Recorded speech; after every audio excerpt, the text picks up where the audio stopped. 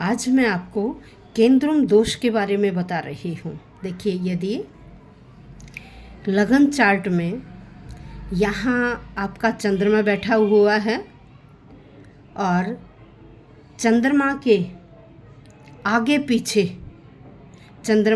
आगे पीछे कोई ग्रह न हो तो केंद्रुम दोष होता है। लेकिन राहु, सूर्य और केतु को छोड़कर यदि चंद्रमा के आगे पीछे राहु, केतु, सूर्य यदि यह है तो क्या होगा? वहाँ केंद्रुम दोष होगा। यहाँ अन्य ग्रह और कोई ग्रह न हो, चंद्रमा के आगे पीछे कोई न हो और वहाँ क्या बैठे हों? केवल राहु, केतु या सूर्य बैठे हों तो केंद्रुम दोष होता है। यह व्यक्ति को राजा से रंक बना देता है और व्यक्ति को मानसिक तनाव झेलना पड़ता है। अब आगे देखिए, यदि चौथे,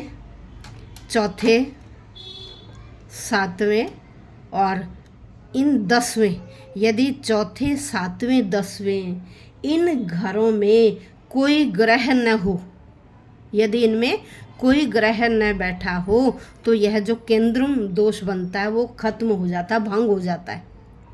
यदि 4, 7 और 10 भाव में कोई भी ग्रह नहीं बैठा है तो जो ये केंद्रुम दोष लग रहा था वह केंद्रुम दोष खत्म हो जाता है। और देखिए, यदि यहाँ 8वें भाव में, यह 8वां भाव है, यदि यहाँ चंद्र बैठ गए तो क्या है कि व्यक्ति मानसिक परेशान रहता है और वह व्यक्ति को अर्श से फर्श पर ला देता है, क्योंकि 8वें भाव में चंद्रमा नीच का हो जाता है और ये जो घर है यह घर भी मृत्यु तुल्य कष्ट का है। और जब यहाँ चंद्रमा बैठ जाता है तो व्यक्ति को क्या करता है? मानसिक परेशानी क्रिएट करता है और अर्श से उसे फर्श पर ला देता है और यह प्रबल मारक केंद्रुम दोष होता है। यदि 8वें भाव में चंद्रमा है और चंद्रमा के आगे पीछे क्या आ जाएं? राहु, केतु और सूर्य आ जाएं तो यह प्रबल मारक दोष होता है। तो आज मैंने आपको केंद्रुम दोष के बारे में बताया कि यदि चंद्रमा के आगे पीछे राहु, केतु और सूर्य आ जाएं, मान लीजिए यहाँ भी क्या है, यहाँ केतु आ जाए, ठीक है, तो चंद्रमा के क्या हुआ? आगे हो गया।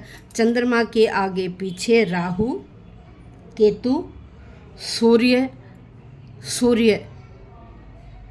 ये आ जाएं तो केंद्रुम दोष होता है। और 8वें भाव में तो चंद्रमा आने पर वह और भी प्रबल मारक हो जाता है, क्योंकि यहाँ चंद्रमा नीच के हो जाते हैं। वृश्चिक राशि में चंद्रमा नीच के हो जाते हैं। तो यहाँ अगर 8वें भाव में चंद्रमा है तो वह व्यक्ति अपने माथे पर दरिद्रता लिखवा कर ही आता है और उसे मानसिक परेशानी होती है।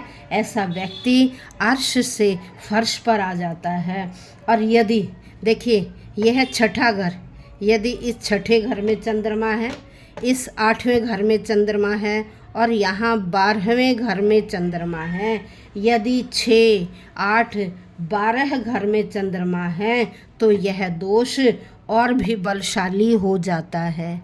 जो केंद्रुम दोष है यह बहुत बलशाली हो जाता। कब? यदि छठे में और 8वें में और 12वें में चंद्रमा है तो यह केंद्रुम दोष और भी बली हो जाता है। धन्यवाद।